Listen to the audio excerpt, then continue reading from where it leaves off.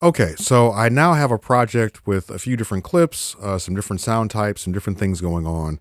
Let's start to talk about the clips themselves and different things that we can do to play with these that are new in Bitwig 5. I'm going to switch to the mixer panel just because with the controller that I'm using, it'll make a little bit more sense for what I'm going to show next. In Bitwig 5, there is a new feature that gives you alternative launching actions. And if you're not used to working with a DAW that has clips and the whole idea of launching clips, let's just discuss this. Instead of being in the arranger panel where I can have time flow from left to right and things happen at a specific point, working with this clip launcher means that I'm not tied to a linear arrangement. Things can start and stop whenever I choose to. It's great for live performance. It's really great for production because it keeps you in the flow. It allows you to add ideas without stopping the music, but you're never tied to a specific way that things have to operate. Now, I can go here and I can play different clips and mix and match the order, but every time I play a clip, it's going to wait for the beginning of the next bar. Let's say maybe I want to make it so that I can jump between these different clips, and when this first clip plays, I want to have the option of jumping to the next baseline clip, but have it pick up naturally where the playhead is at. Maybe if I play this clip 3 beats later, it should pick up at the third beat, right? If I switch between these drum clips, maybe I want these to all be able to pick up naturally where I left off. So I can switch between the different variations that I recorded, but never throw off the rhythm, all right? We can do this really easily on a per clip basis or project wide. To look at the settings I'm talking about, let's first go into the inspector panel. I've selected a clip, and I can see here there are main clip launcher actions and alternative clip launcher actions. By default, these are all going to respect the project setting, all right? And I want to keep it like that for all my clips so that instead of changing these individually, I can just change the settings for the project. So where are the project settings? Well, if I go over to the right side and I bring up my project panel, if I go into settings, here I can see for the clip launcher, the default settings. So what are the default launcher settings? The launch quantization, how often can I launch or play a clip? Every bar. When I launch the clip, what's going to happen? It's going to trigger it from the beginning. When I let go of a clip or let go of launching it, what happens then? It'll just keep playing. So that's the default behavior. That's what's been happening, and no big whoop. The alternative options are when I launch a clip, instead of starting from the beginning, it's going to start. Oh, I clicked on the wrong box. Sorry. It's going to start immediately. All right, so there is going to be no quantization.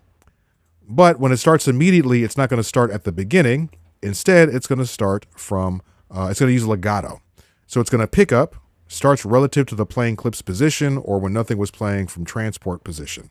So it's going to pick up naturally where it should, which means that it won't start abruptly or throw things out of sync. We also have the release action. And in this case, when I let go of that new clip, go back to the clip that was previously playing. All right. So these are my alternative actions, which can open up a lot of possibilities.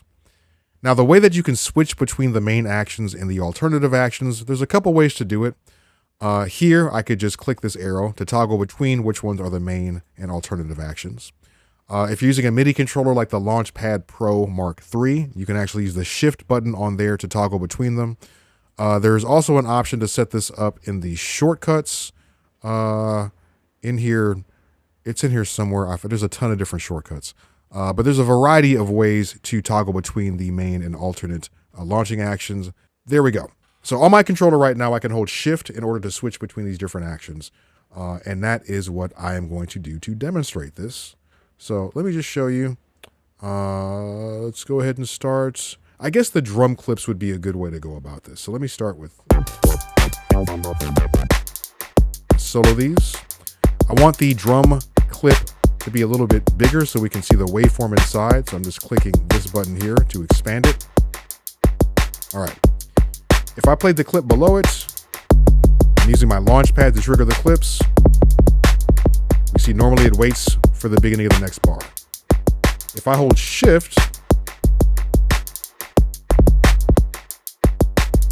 all right, I can jump to those. And it's seamless. If I let go of Shift, so now it's just going to stay on that clip. Nice. And what's great is I can do this with the entire set. So let me go ahead and unsolo this.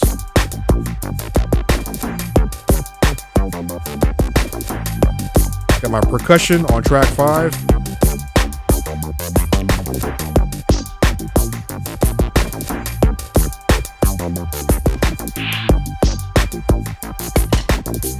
Same thing with the bass line.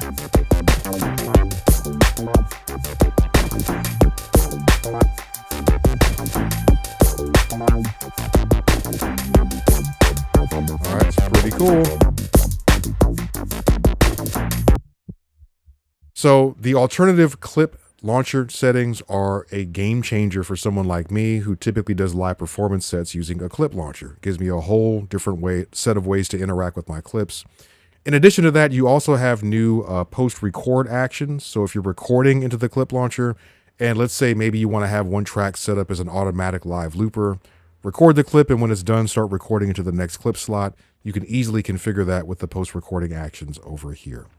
Don't sleep on Bitwig's clip launcher. It's quite sophisticated.